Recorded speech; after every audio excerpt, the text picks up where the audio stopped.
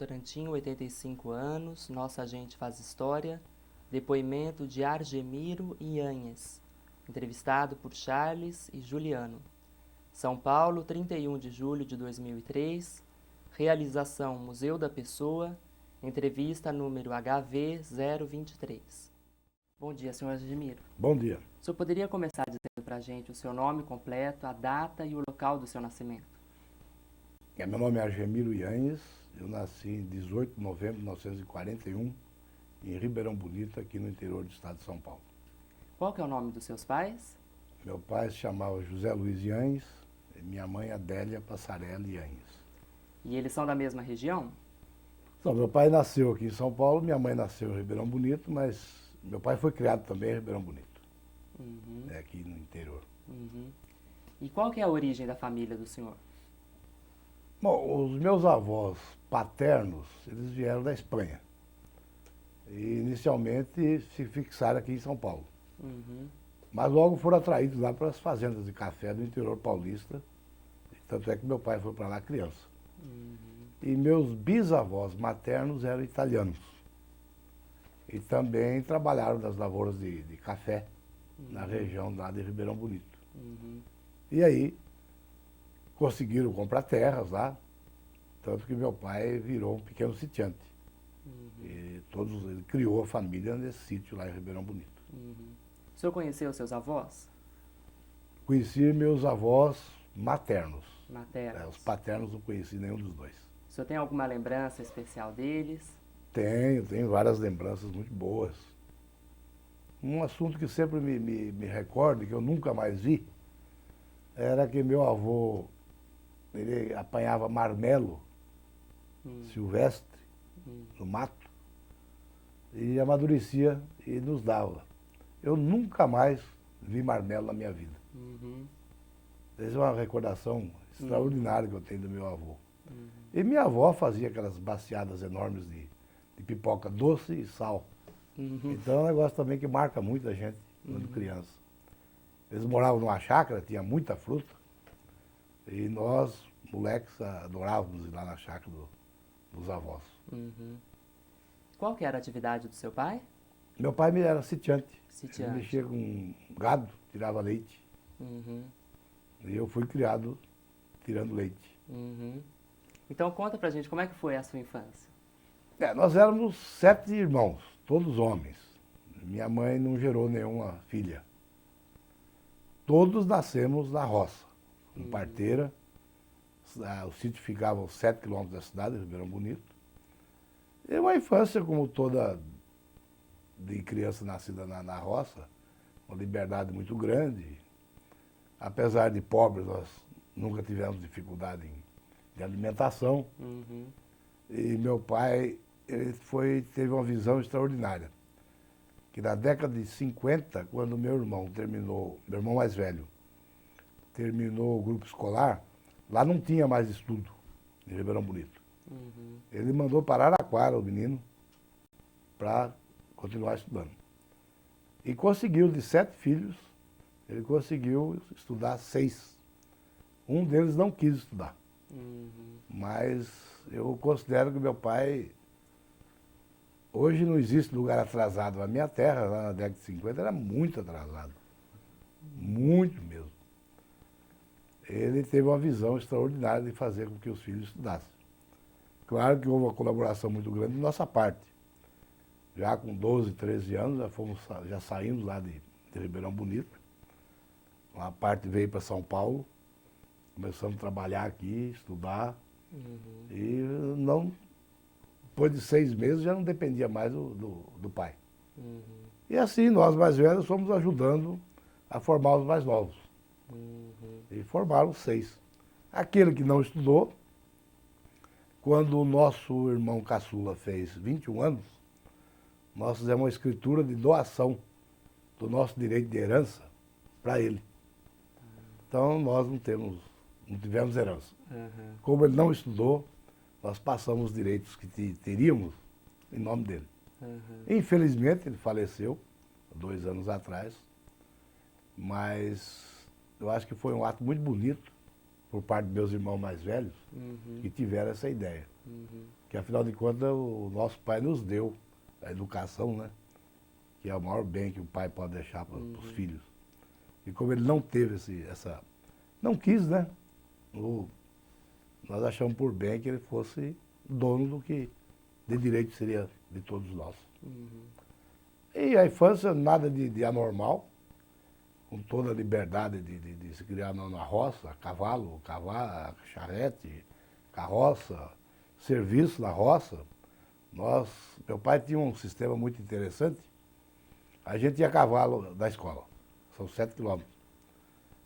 E quando a gente chegava da escola, a gente almoçava, e ele perguntava, vocês têm que estudar? E nós éramos danados de honestos. Quando tinha que estudar, falava, temos que estudar. Quando não tinha, falava, não temos que estudar. Se não tinha, então ele dava uma foice, ou dava um enxadão, ou dava uma enxada, um machado, para fazer o trabalho da roça. E todos os nossos filhos, até a idade de 14, 15 anos, quando saímos de casa, fizemos esse roteiro. Então aprendemos a trabalhar desde cedo e aprendemos também a ser honestos, né? Podia enganar o velho, não, hoje eu tenho que estudar, mas não enganava. Todo mundo se ajudava. Todo mundo ajudava. Eu fico admirado de ver como é que ele dava conta de tratar uma família de 7 filhos. Uma roça relativamente pequena, terra não era essas coisas. E acho que o tempo era mais fácil.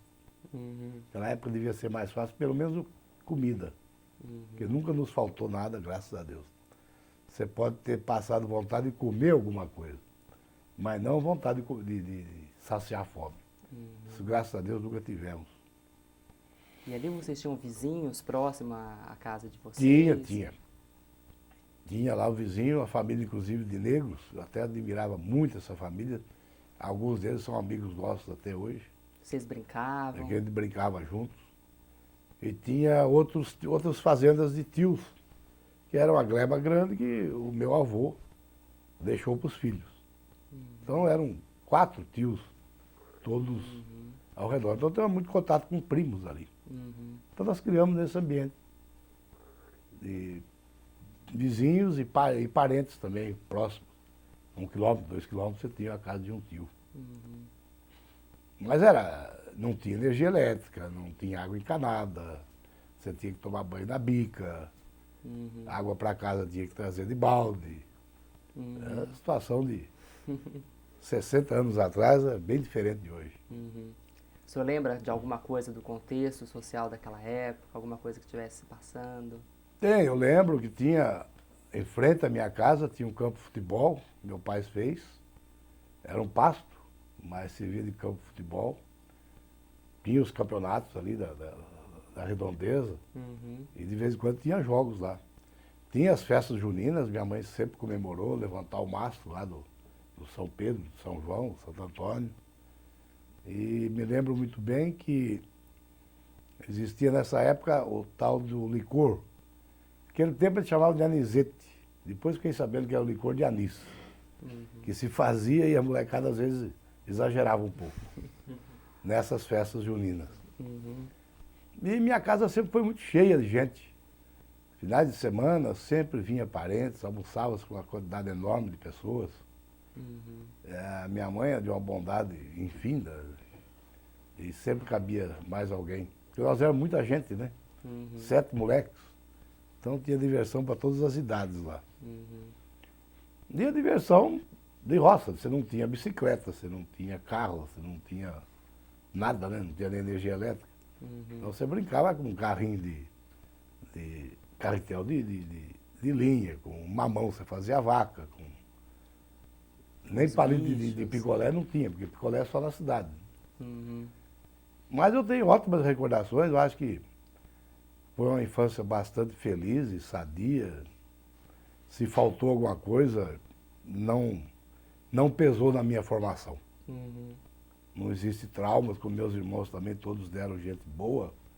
Hoje somos 7, éramos 7. Não tem nenhum drogado, nenhum viciado em álcool, nada de anormal com todos. Então parece que a infância só contribuiu positivamente para a nossa formação. E dessas festas, eu podia contar mais pra gente como é que era as festas juninas, os Tinha encontros? fogueira, né? Eu me lembro que, diz que se você acreditasse bastante acho que era o Santo Antônio, você podia passar da brasa e não queimava o pé. Uhum. Fico lembrando hoje que eu passei realmente da brasa e não queimou o pé, mas não é milagre não. A gente andava descalço. Então a sola do pé era quase que um calçado, né? Uhum. Então, passando rápido, não queimava mesmo Uhum. não. Não tinha problema. Eu me lembro muito bem disso. Claro, tinha os rojões, minha mãe tomava sempre um cuidado muito grande com esse negócio de não deixar as crianças mexerem com o rojão. E eu devo a ela que nunca mexemos e até hoje eu respeito muito isso e não mexo. Tenho medo. Eu acho que é um medo sadio, porque a gente vê tanto acidente com isso, né? Bastante. Então eu lembro direitinho de minha mãe recomendar ao meu pai, meus irmãos mais velhos. Tem recordações interessantes também, porque naquele tempo existia a figura do mascate. Aquelas pessoas que saíam pela roça fora, a cavalo, vendendo bugigangas, armarinhos, roupas, trazendo encomendas que levou da passagem de 2 meses atrás. E tinha um deles especialmente, seu Joaquim, que ele hospedava na minha casa e fazia toda a redondeza. Então ficava ali uma semana, 2 semanas, e nos contavam muita história à noite. E história, às vezes, a gente chamava de história de medo, né? De assombração. E eu tive uns pesadelos naquela época, de medo das histórias dele. Então a figura do seu Joaquim é interessante, a gente recorda. Tinha também a figura do seu João Tarantella. João Tarantella é uma pessoa que sempre viveu com a gente. Ele não era muito bom da cabeça, ele não era autossuficiente para se manter sozinho. Não tinha a memória boa, era considerado, vamos dizer assim, um bobo. Mas era uma pessoa sadia, conversava normalmente, trabalhava e morou com a gente também até morrer. Então em casa sempre teve essas figuras que passaram pela gente, né? E, as farras de roça, você sair para catar gabiroba, não sei se vocês conhecem gabiroba, a frutinha do campo. Tinha a época das frutas, da tangerina, da mexerica, a época da manga. São todas passagens que você não consegue esquecer isso nunca. E nós lidávamos com vaca, né? Com boi. Então a gente aprendeu a tirar leite, aprendeu a vacinar gado, derrubar bezerro, montar em bezerro, era uma farra boa. Machucava, caía do cavalo, o cavalo pulava com a gente. Então isso tudo a gente participou, mas nunca ninguém quebrou nada na minha casa, nem um dedo sequer.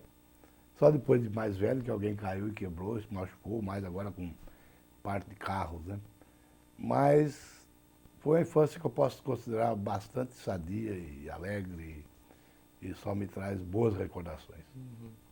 Dessas histórias de medo, de assombração, o senhor tem alguma lembrança? Não lembro assim, mas era muito ligado a cemitério, a moça vestida de branco com lençol aparecia em frente do cemitério, coisas desse tipo assim.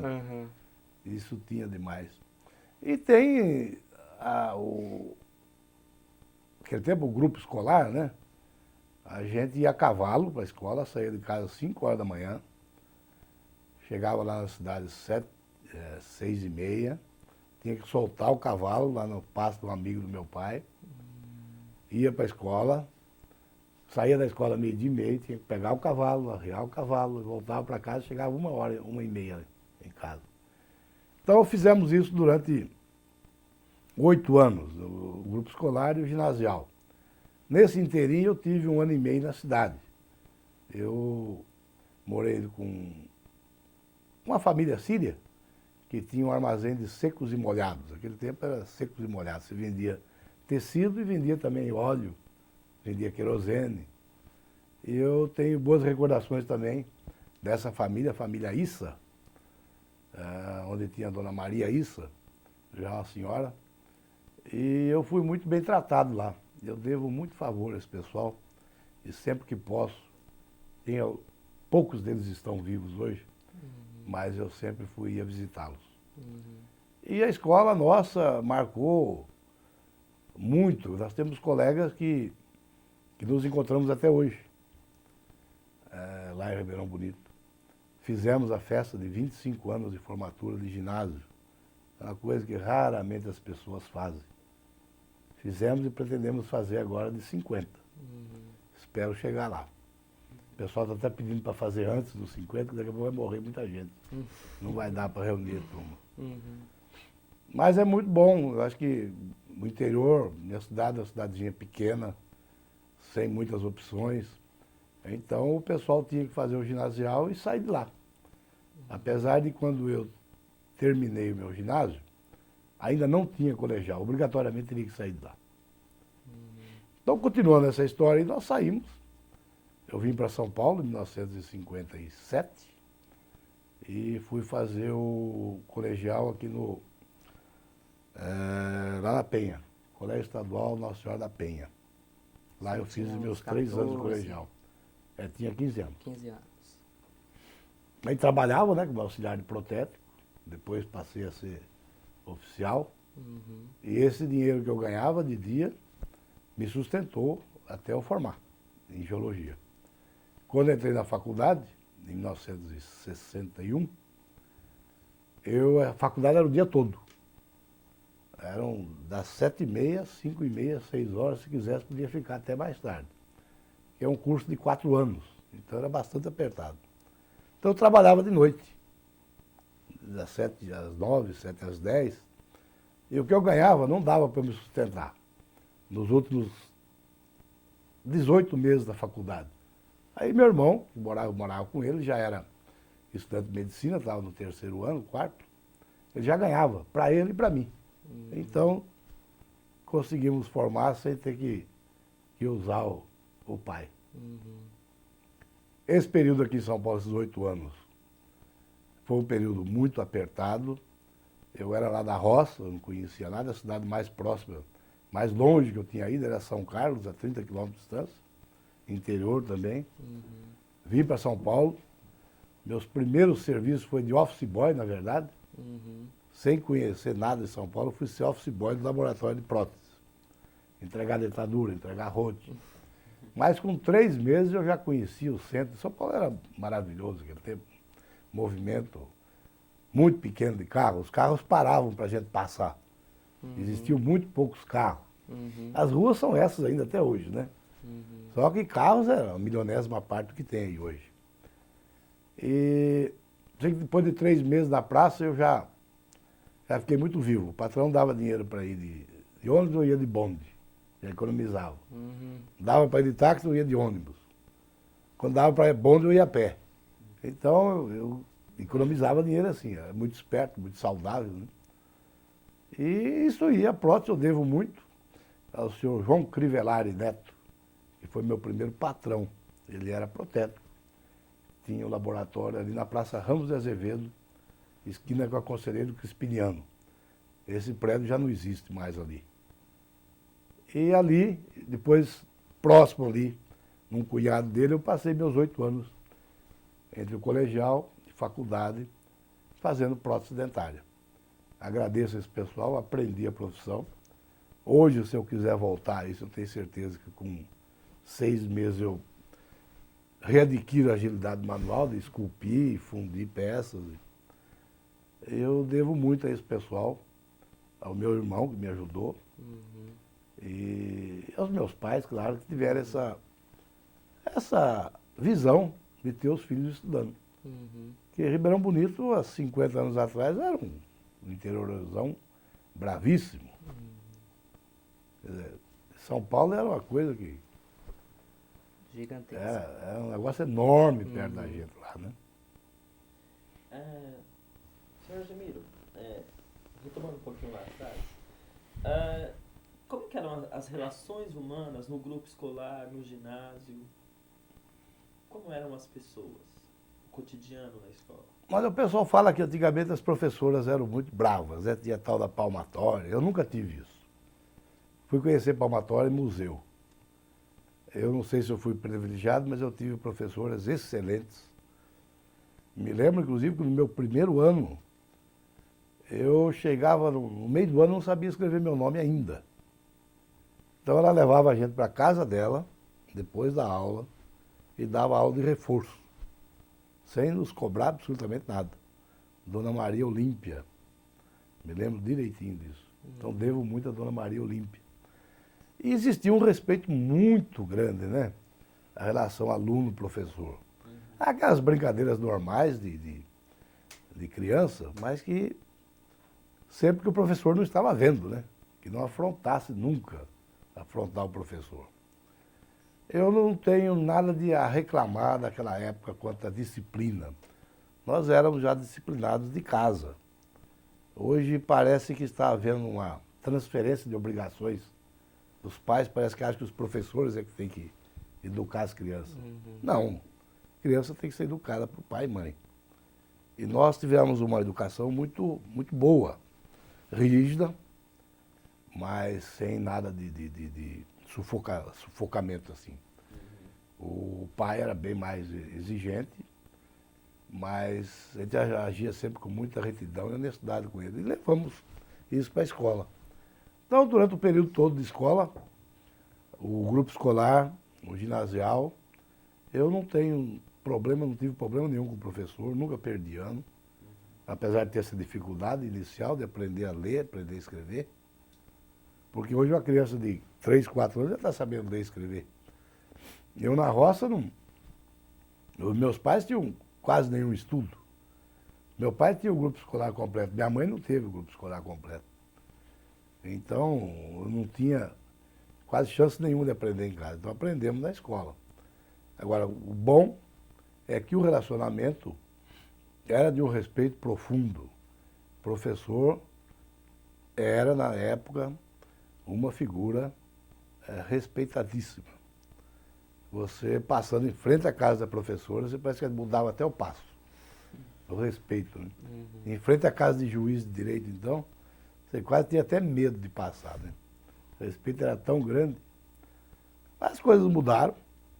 Sei. Eu acredito que aquele tempo ainda nessa parte, se bem que hoje a vida é muito mais fácil, muito mais cheia de opções, mas perdemos muito em respeitabilidade.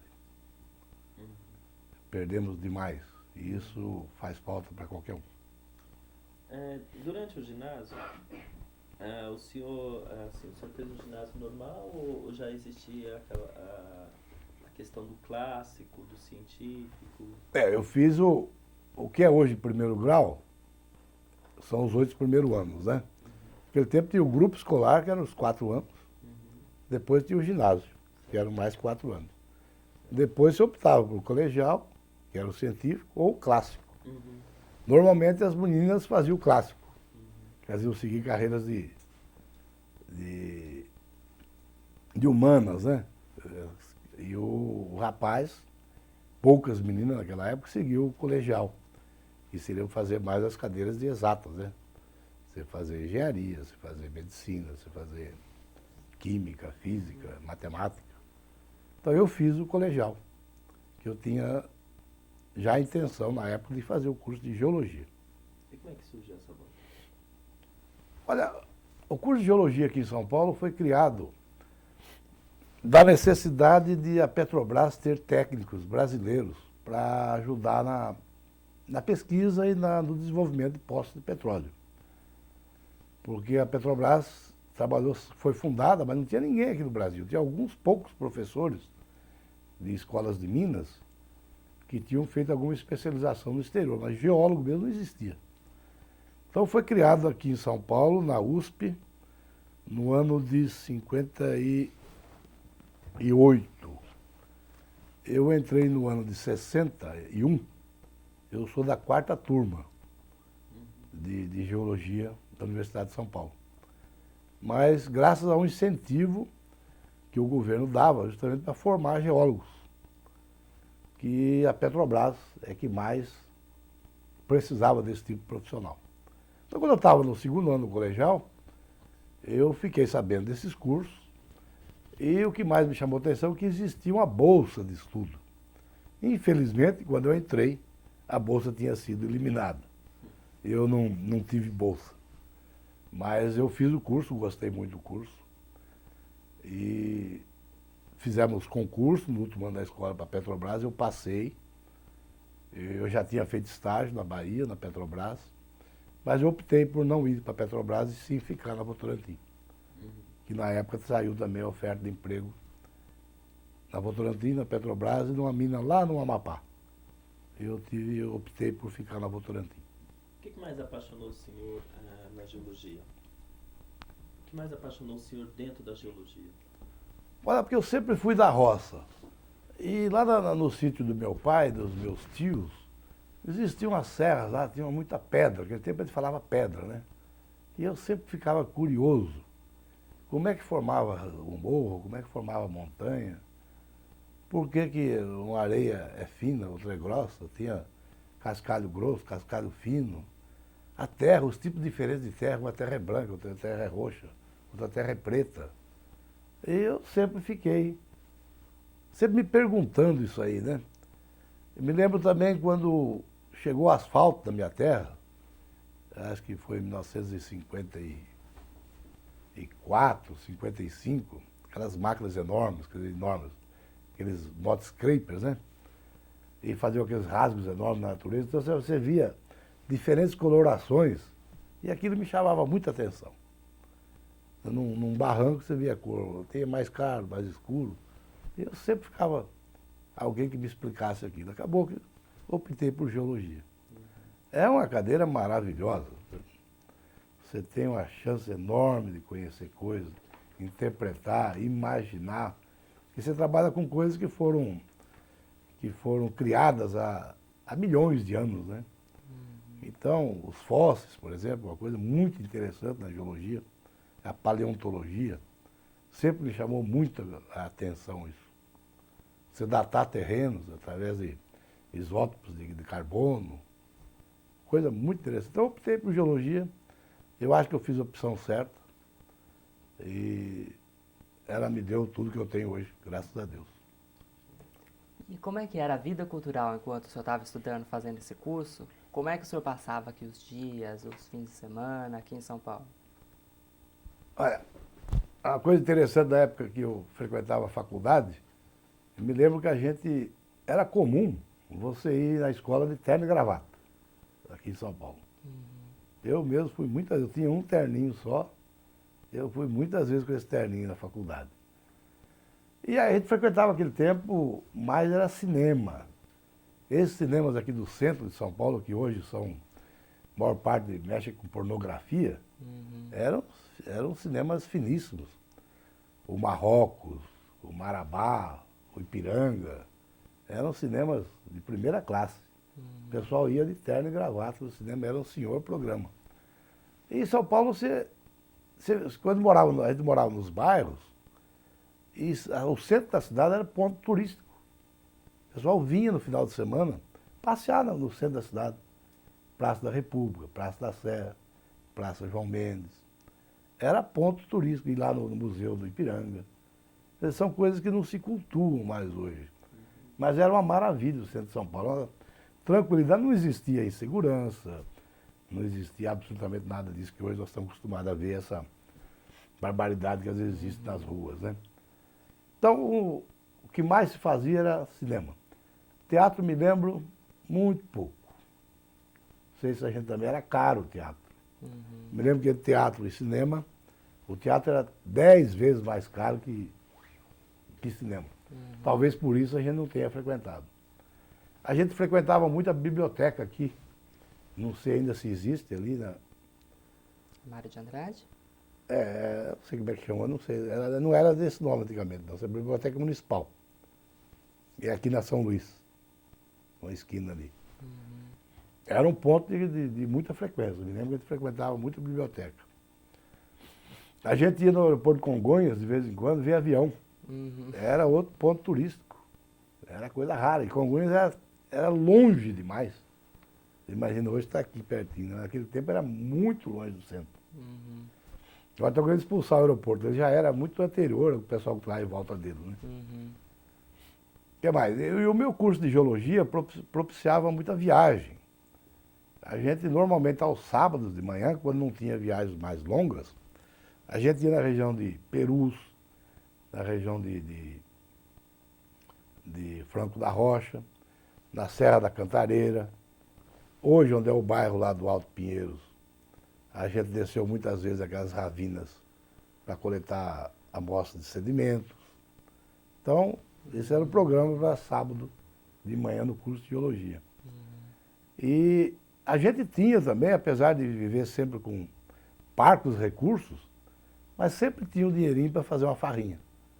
Então, a nossa turma, nós éramos em 30, tinha um deles que tinha um carro, que era do pai dele, uma Kombi. E de vez em quando ele saía, tomava uma cervejinha, coisa muito pura às vezes, né? E arrumava tempo ainda para isso. Basicamente, o que se cultuava aqui naquela época era isso. O passeio, por exemplo, lá no jardim do, como é que chama, lá em cima da Avenida Paulista, Leblon? Trianon. Aquilo é um negócio maravilhoso também, você passar no Trianon. Você ir no zoológico, esses programas todos, que hoje as crianças fazem, nós fazíamos mais velhos, quando moços. Hoje os pais levam as crianças. Nós é que eu vinha conhecer isso tudo depois de moço.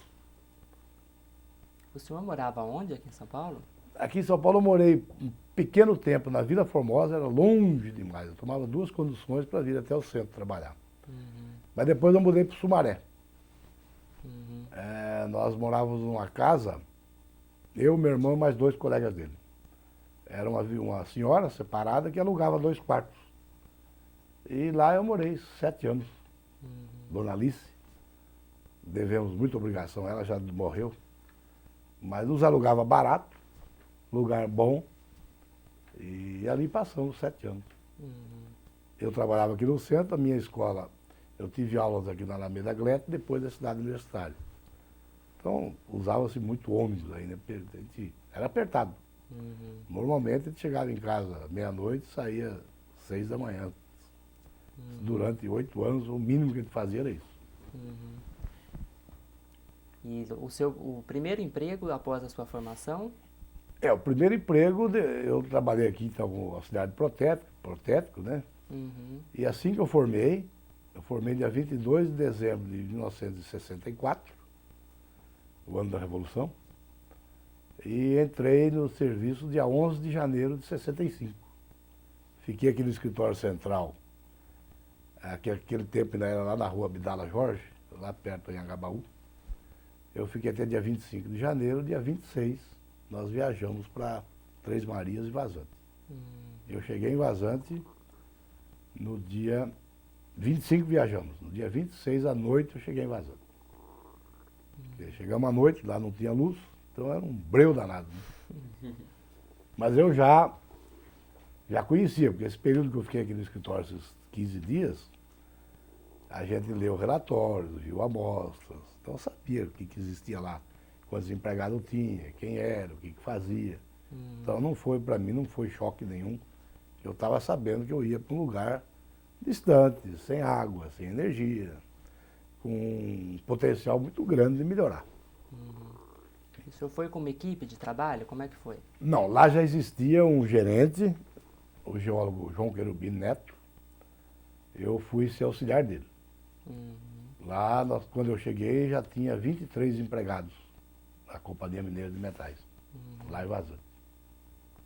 Mas a estrutura da fábrica já estava toda montada? Não tinha nada. Tinha pequenas casas, ranchos, onde tinha um pequeno escritório, um pequeno almoxarifado, um pequeno laboratório, fazer análise química só para analisar só teor de zinco. E era só. Isso em 19 de janeiro de 65. A partir de 66, nós começamos a fazer a fábrica nova. Aí derrubamos o mato, cortou a lenha, fez terraplanagem, aí começamos a parte de edificação das obras. E está edificando até hoje, nunca mais parou de construir, nesses 38 anos aí. Mas nós participamos desde o início.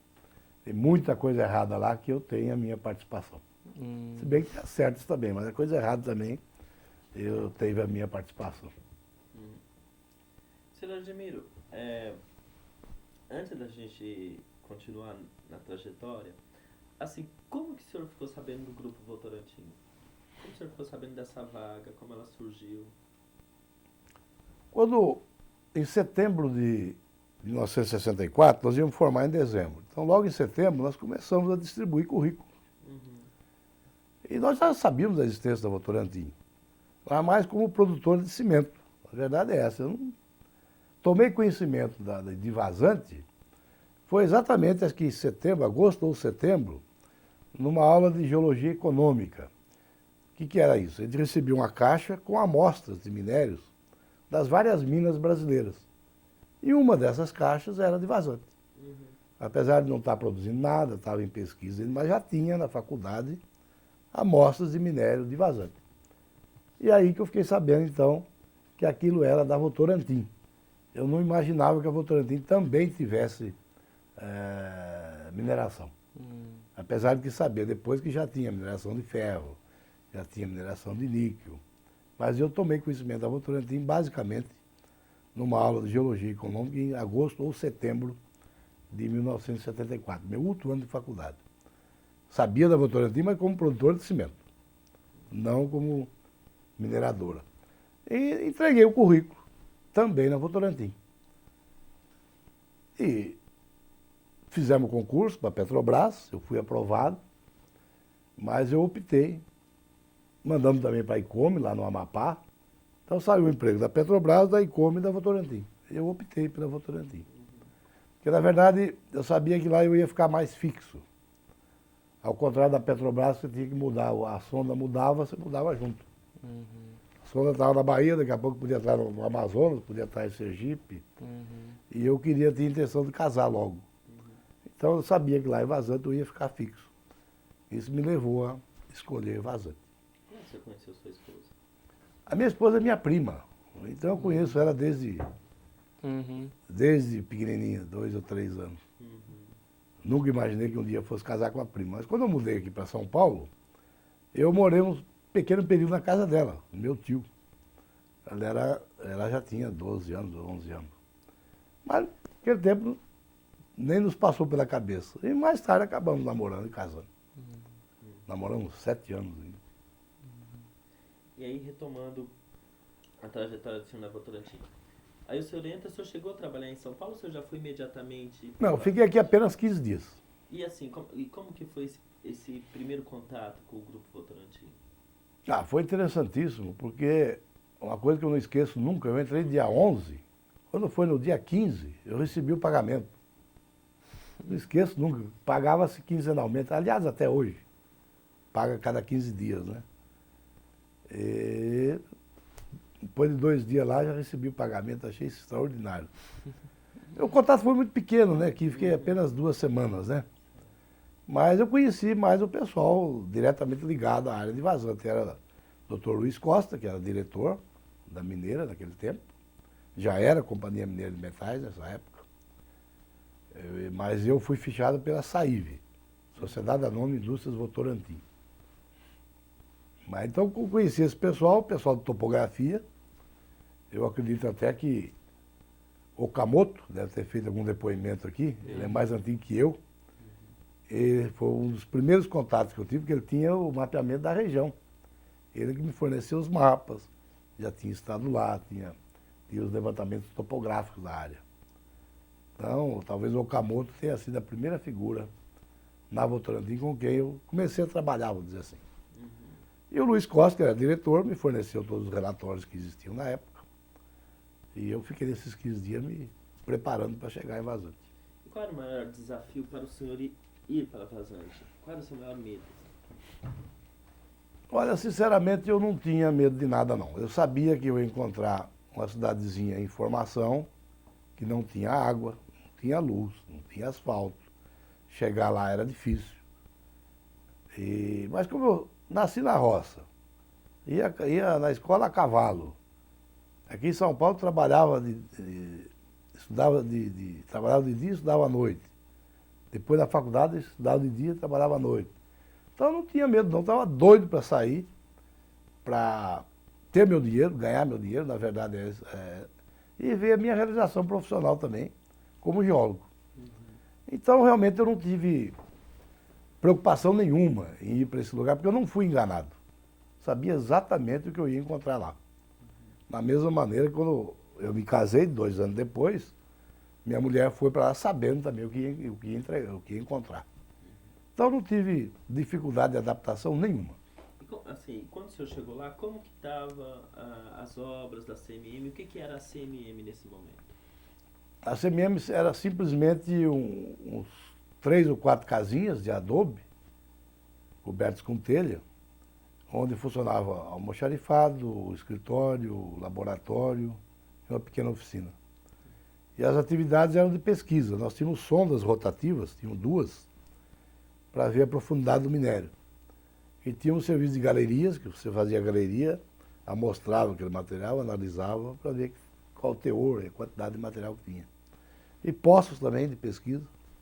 Então a minha atividade era descrever os testemunhos de sondagem, entrar nesses poços, fazer o perfil, a descrição, a gente chama de descrição litológica, as rochas que aparecem ali, e o mapeamento também dessas galerias. Esses foram os primeiros serviços. Quer dizer, a jazida era totalmente virgem, não tinha nada de tirado do minério ainda. Então tinha, essas fotografias que eu deixei com vocês mostram muito bem o minério aflorando. Quer dizer, é um negócio maravilhoso. E a partir de 66 começou então a construir a fábrica. Aí fez escritório novo, fez laboratório, fez toda a parte de britagem, moagem, flotação do material. Depois começou a montar o primeiro forno. E passou, ao longo desses anos, por várias etapas de método de concentração. Porque inicialmente você pegava o minério rico, ele já tinha na natureza teor de 42 a 44% de zinco. Eu tirava o rico e já mandava para Três Marias. Simplesmente você britava, moía e embarcava para Três Marias. Nós trabalhamos com isso durante cerca de 10 anos, só pegando minério rico. E o mais pobre nós íamos estocando. Aí então, para tratar esse mais pobre, começaram então os outros métodos de tratamento. Meio denso, depois o forno Vals, que você registrou, que você misturava minério com carvão vegetal num forno, e com maçarico de óleo, depois passou para carvão também. O zinco contido no minério ele volatilizava e era recolhido em filtro eletrostático na forma de óxido de zinco. É um material que nós mandamos para Três Marias até 1990. A partir daí voltamos ao processo clássico de flotação, que nada mais é do que você coloca em cubas que agitam o material moído, uma polpa, alguns reagentes que coletam o grão mineralizado. E ele flutua. E separa, então, do não mineralizado. É o que nós temos hoje, até hoje, lá em Vazante. Só um esclarecimento. Nesse momento já existia aquela unidade de Três Marias? É. Ou ela estava sendo também, ela estava nos mesmos passos que a unidade de Ela Vazante? estava bem mais adiantada que Vazante. Mas em 1969 foi dada a partida em Três Marias, com o minério de Vazante. Então, assim, a Vazante, ela alimenta a fábrica de Três Marias. Hoje Vazante é responsável por 68% do zinco produzido em Três Marias sai do minério de Vazante. Outros 15% vai do minério de Morro Agudo, que é no município de Paracatu, e o restantezinho é importado do Peru. Certo. Mas a grande contribuição para a metalurgia é Vazante, com 68% de todo o zinco produzido lá. Senhor Argemiro, o senhor começou a trabalhar naquilo que seria a futura CMM, em 69. O senhor começou num momento assim que tudo era pesquisa, tudo era insípido. Qual era o maior desafio para as equipes naquele momento? Aquilo que o senhor considera como um grande desafio? Bom, o grande desafio e o grande mérito que teve o Grupo Votorantim foi fazer zinco através de uma tecnologia desenvolvida por eles próprios, por nós próprios, vamos dizer assim. Porque o normal de fazer zinco é a partir de minério sulfetado, é sulfeto de zinco. E o nosso minério é silicato de zinco, que é um negócio que na época ninguém praticamente tinha no mundo. Alguma coisa mais ou menos semelhante existia na Itália, Tanto é que o processo lá em Três Marias foi um processo italiano, que não deu certo. Teve que desenvolver a duras penas o processo de tirar zinco do silicato de zinco. Esse foi o grande desafio de todo o pessoal da mineira. Você fazer a concentração, nem tanto, porque a natureza já lhe deu o material praticamente concentrado. Depois que outros métodos vieram de concentração, mas lá em Três Marias, o desafio enorme do silicato é você tirar o zinco. Então você tinha problema de ataque com ácido, depois você não conseguia filtrar esse material, embaçava todos os panos de filtro, depois você não conseguia purificar essa solução. Então, a técnica importada da Itália na época não funcionou.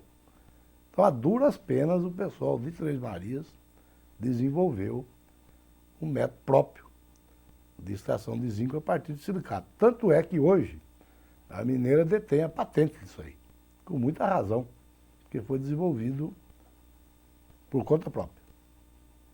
Claro, sempre teve alguma consultoria estrangeira, mas o dia a dia foi nosso mesmo.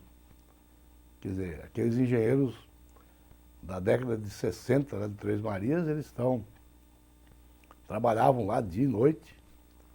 E eles têm toda a nossa admiração, né? Como tem também a alta direção do grupo, acha isso também, tem uma admiração muito grande por esse pessoal que desenvolveu esse método único no mundo. Certo.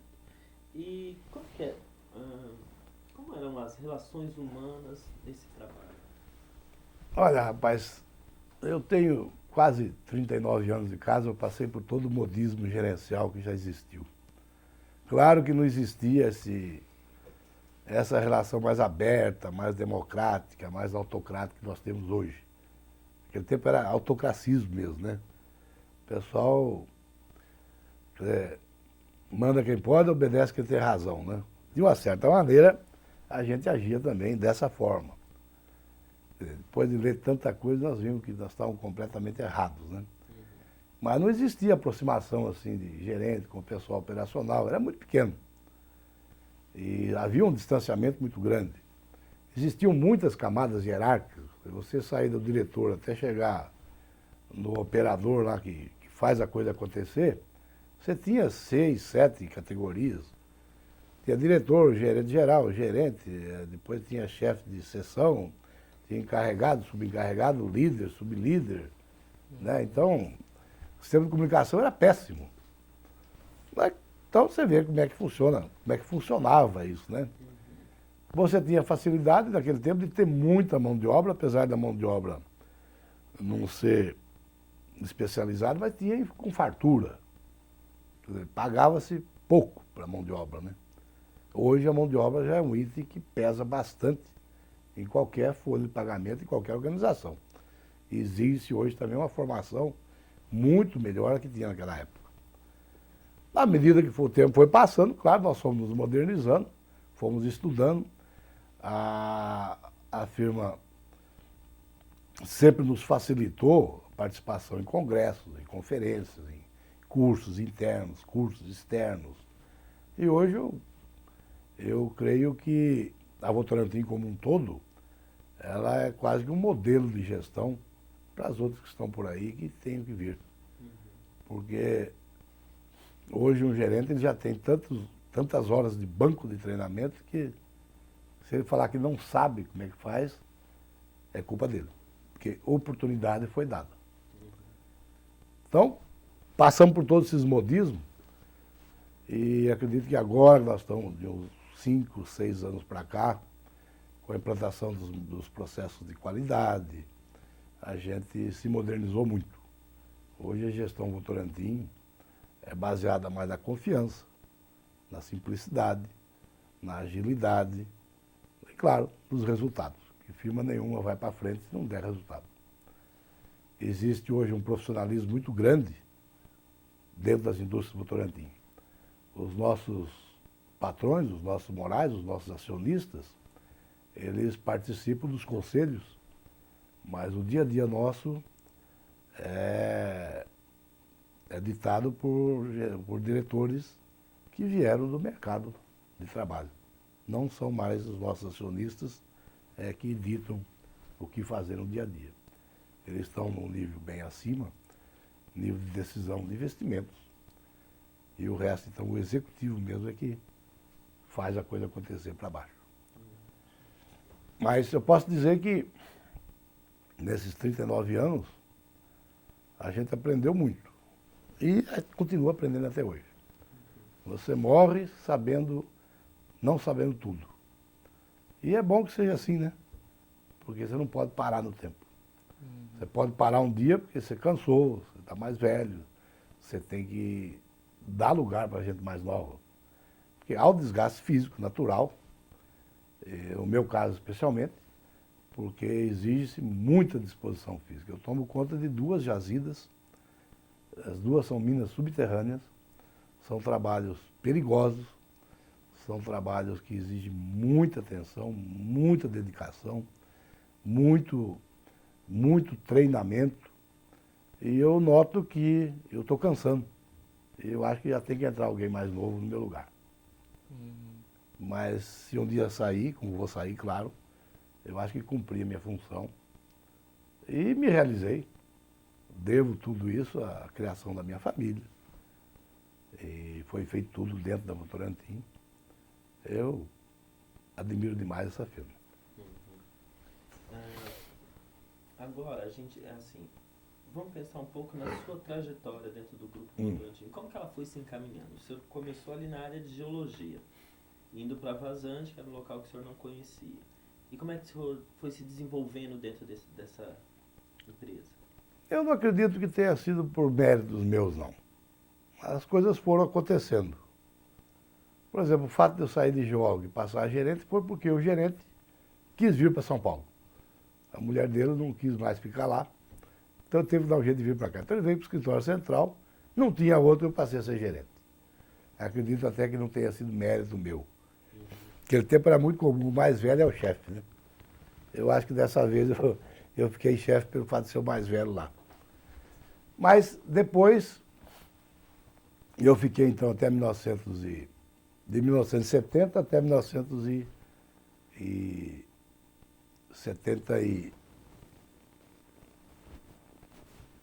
87, como gerente da unidade Vazante. Aí eu fui transferido para Três Marias.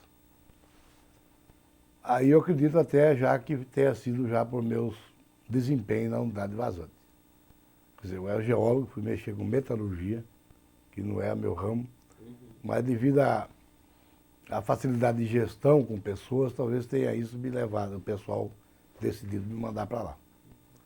Uma época muito difícil, a época do sindicato em alta, aquelas ameaças de greve, muito problema na parte ambiental, o pessoal começou a nos fiscalizar mais, tinha que tomar uma série de cuidados que a gente realmente não tomava anteriormente. Tivemos que fazer muita adaptação na fábrica e foi uma época muito difícil da minha vida. Esses 11 anos que eu passei lá em Três Marias, mas passou, acredito que prestamos um bom serviço lá. E, para alegria minha, em 98, fui convidado a voltar para Vazante. Aí eu achei muito bom. Aí entrou lá um engenheiro metalurgista mesmo, né, mas do ramo dele, e eu voltei para a minha área, que é a área de mineração, a área de geologia. Aí já acumulando as funções também da unidade de Morro Agudo, que é uma mina subterrânea que produz sulfeto de zinco. Morro Agudo, sulfeto de zinco, Vazante, sulfatos, silicato de zinco. E a Morro Agudo, ela foi encontrada depois? Morro Agudo, ela era estatal, era da Metamig. Depois ela foi estatizada, desestatizada, passou a ser...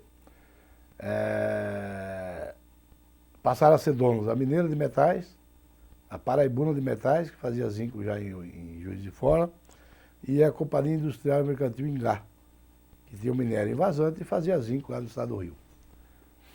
Depois passou para Mineira e Paraibuna, depois passou só para Mineira. Ela ficou... Praticamente ela começou a operar em 1988 e parou em 90. Ficou paralisada há 5 anos.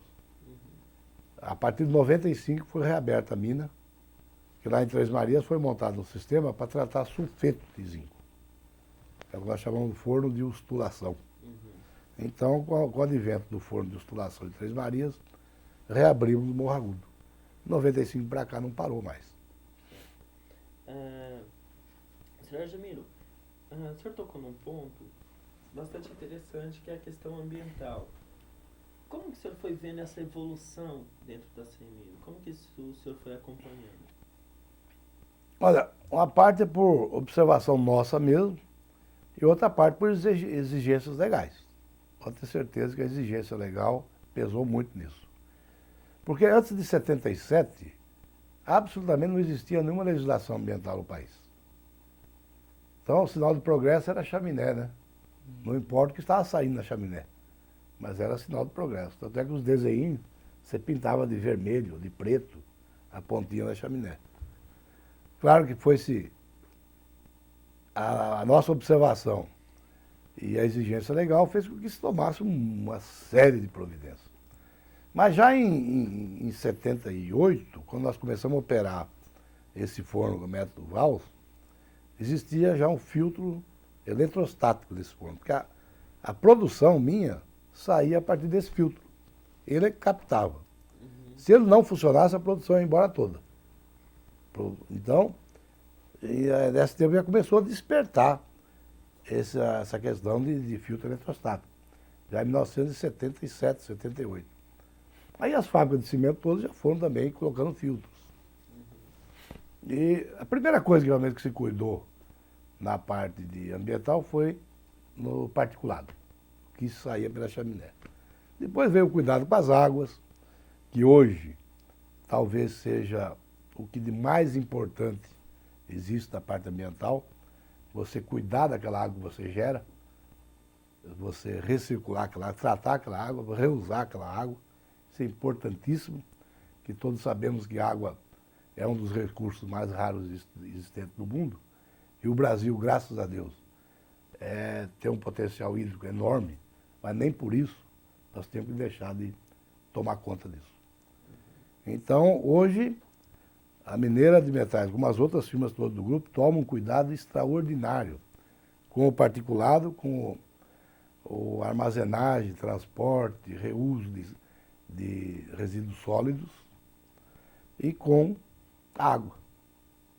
Existem padrões estabelecidos, você é obrigado a monitorar, apresentar os dados mensalmente ou trimestralmente, de tudo isso. Quanto está saindo em particular da sua chaminé, quais são os teores de metais pesados da sua água, o que você está fazendo com o seu resíduo sólido. E nós temos hoje consciência de que fazemos a coisa certa. Não nos é poupado recursos para que seja feita a coisa certa. Se alguma coisa não está sendo feita certa ainda em algumas unidades, é uma questão de tempo, de aprimoramento, de processo, mas que com certeza está sendo encaminhado. Isso eu tenho certeza absoluta, porque a ética na nossa organização é extremamente importante. É levada muito a sério. A ética com os negócios e a ética com os resíduos. Com a nossa responsabilidade social. É muito forte, isso que o senador Hermílio de Moraes deixou para nós isso. Essa preocupação com a comunidade, com quem está em volta da gente. Porque quem está em volta da gente são os nossos empregados.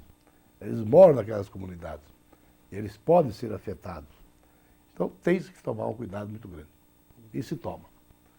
Hoje eu tenho certeza que estão agindo não só de acordo com a lei, estão agindo responsavelmente.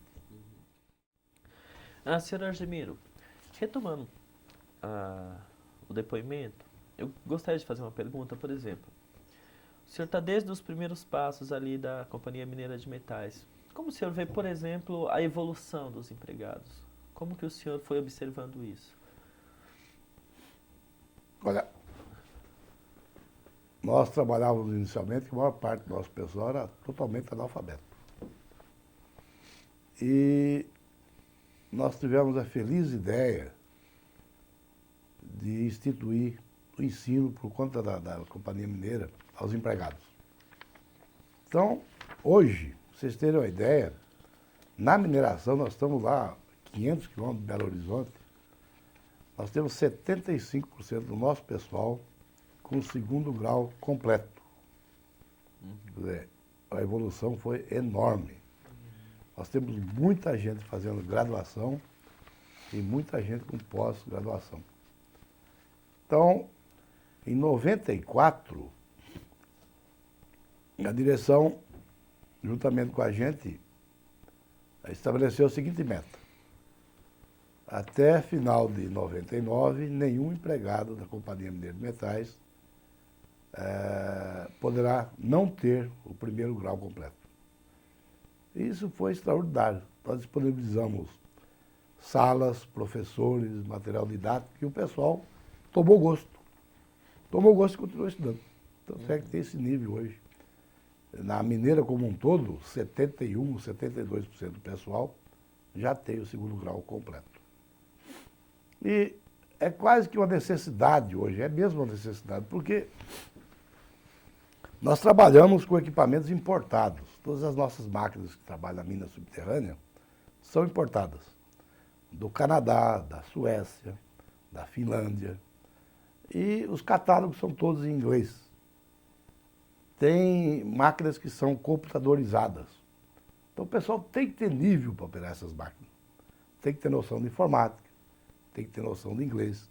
E nós incentivamos que o pessoal aprenda a fazer isso. Porque, na verdade, existem máquinas que deveriam ser operadas até por engenheiros. Porque tem computador de bordo. Você programa as operações na cabine. São cabines fechadas, com ar-condicionado. Então você tem que ter profissional à altura mexendo com essas máquinas. Tem máquina que custa R$1 milhão. Quer dizer que tem que tomar cuidado com isso. Então, a evolução educacional das nossas pessoas é uma necessidade. E o pessoal está acompanhando. Nós temos operadores de máquina hoje que já tem graduação. O cara fez matemática, o cara fez administração, se não fez, está fazendo. Ele é operador de uma máquina. Mas é exatamente esse homem que opera lá na frente do trabalho é que você tem que potencializar. Ele que sabe como faz as coisas e é ele que resolve. Ele é que dá resultado. Não somos nós lá no escritório. Nós somos apoio. Quem trabalha são eles. Então, esse homem tem que ser investido dele. Investido em educação, investido em treinamento. E nós fazemos muito isso. Senhor Ademiro, em 39 anos de trabalho, junto ao Grupo Votorantim, qual foi seu maior desafio até hoje? Aquele que o senhor considera como o desafio que... Olha, eu acredito não, tenho certeza que o grande desafio foi enfrentar Três Marias, a gerência de Três Marias em 1987. Lá nós tínhamos 2.500 pessoas.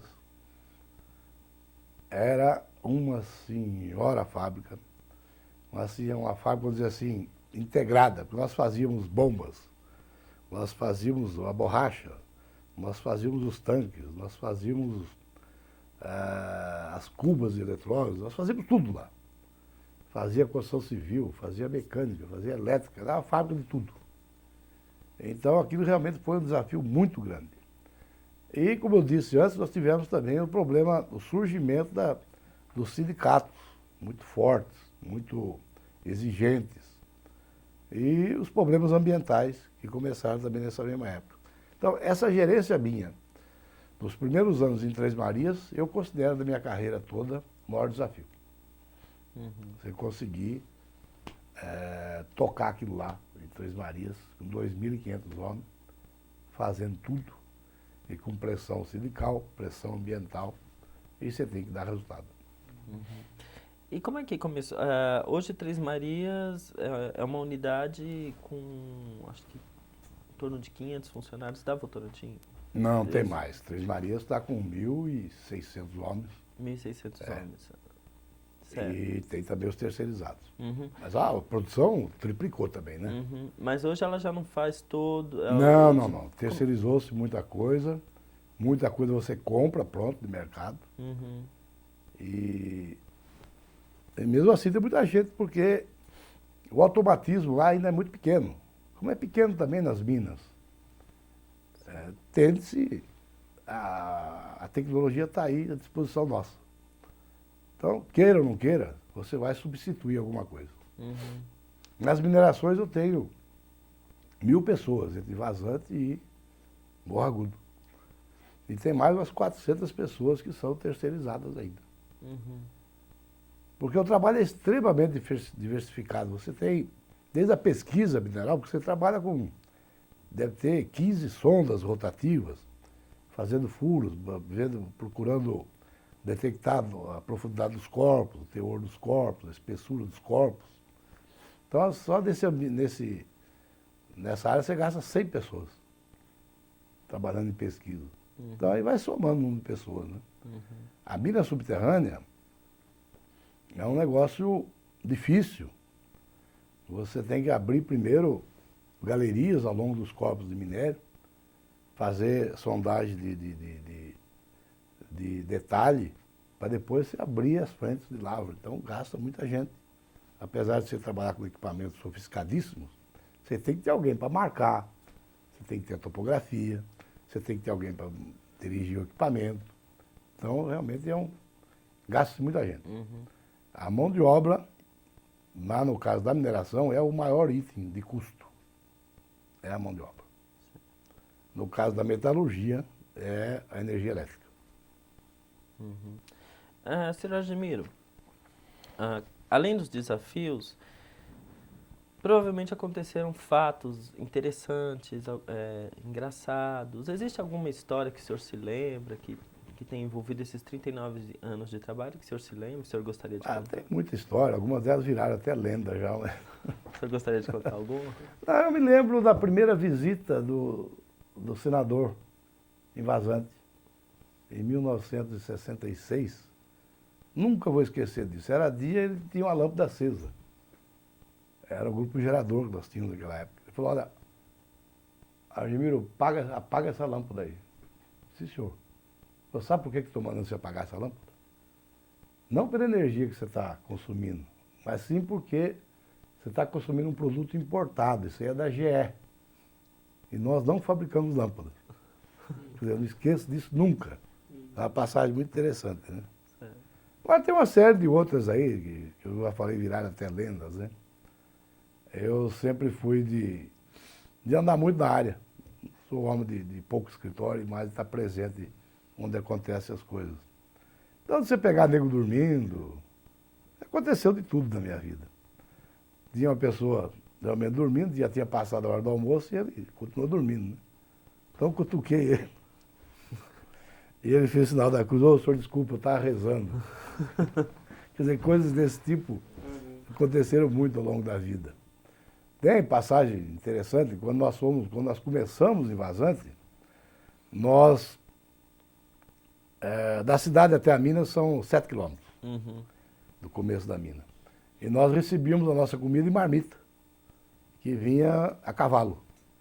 E o rapazinho que buscava a comida, de vez em quando atrasava. E era uma mula, o pessoal já ficava pensando coisas, né? O rapaz parou para alguma coisa aí, né? E realmente a gente tem esse tipo de coisa aí. Ao longo da vida foi criando muita coisa aí. E tem. Os meus meninos, por exemplo, devem ter recordações excelentes. Nós sempre moramos ao lado da fábrica. Vazante, você fica a 200 metros da fábrica. Três Marias, você fica 500 metros da fábrica. Então, a vida inteira, você tem a fábrica muito ligada com a sua vida pessoal. E aí acontecem os fatos mais interessantes.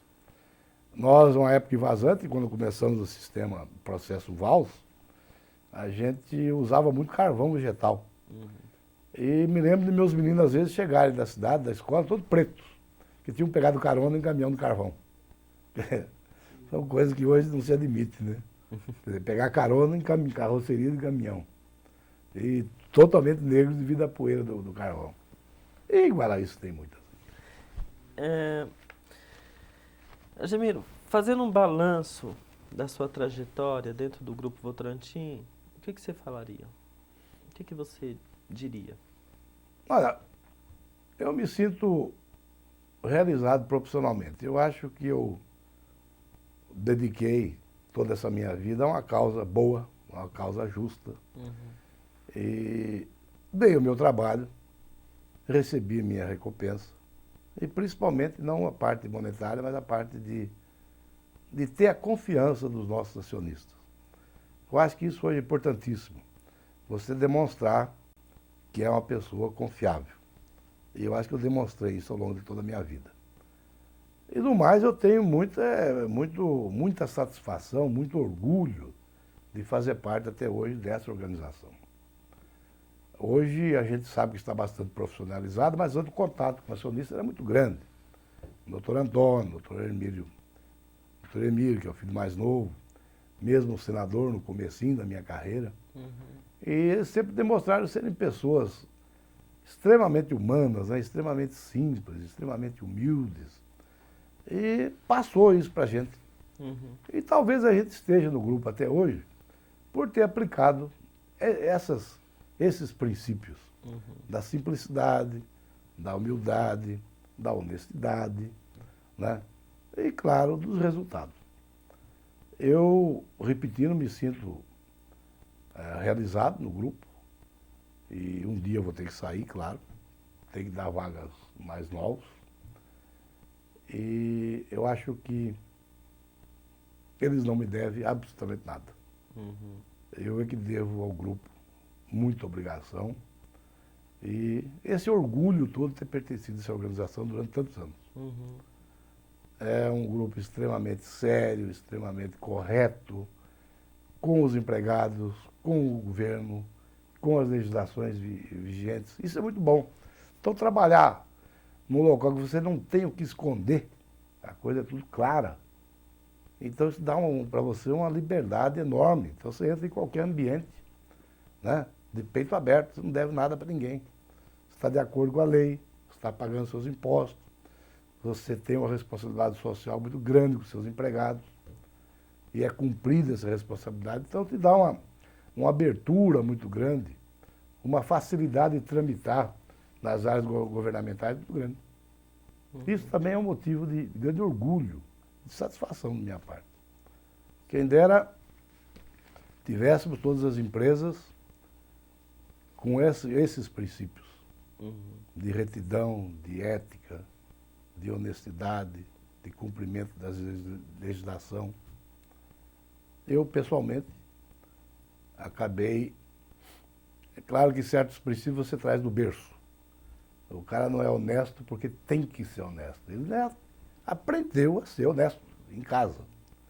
Eu acho que isso é nem princípio, eu acho que isso aí é obrigação. Mas quando você vê que os acionistas agem dessa maneira, é claro que você age também por imitação, seguindo o exemplo. E eles dão esse exemplo para nós a toda hora. Você falou, nesse balanço, você acabou falando um pouco dos fundadores do grupo, senador, doutor Antônio, doutor Hermílio. Você teria uma visão de cada um deles? Tenho. O senador foi um precursor, convivi muito pouco com ele, mas foi um precursor, um homem de uma visão extraordinária, né? No começo do século já imaginar cimento, imaginar tecido, imaginar metais, um negócio totalmente, tudo que ele entrou aqui no país era coisa nova. Metalurgia de alumínio, metalurgia de zinco, metalurgia de níquel. A parte de fabricação de ácidos e outros produtos químicos. É uma coisa totalmente inovadora no país. E o doutor Antônio é o homem que tem uma visão impressionante. Quer dizer, você imagina a geração de energia elétrica, por exemplo. Quer dizer, há 40 anos a CBA já produz, 40 anos ou mais, já produz energia elétrica. Quer dizer, o doutor Antônio já previa essas crises que tivemos aí 2 anos atrás, como está prevendo outras, se não houver investimento nessa área. Quer dizer, a visão desse homem é um negócio extraordinário, então você tem que admirar. Quer dizer, a respeitabilidade que ele tem diante de qualquer governo, oposição ou situação, é muito grande. Quer dizer, é um homem respeitadíssimo. Enfim, e conseguiu passar para os filhos isso. Quer dizer, o fato do Grupo Votorantim continuar unido e crescendo, já na terceira até a quarta geração chegando aí, é admirável. Normalmente uma firma familiar, ela acaba na segunda, terceira, olha lá.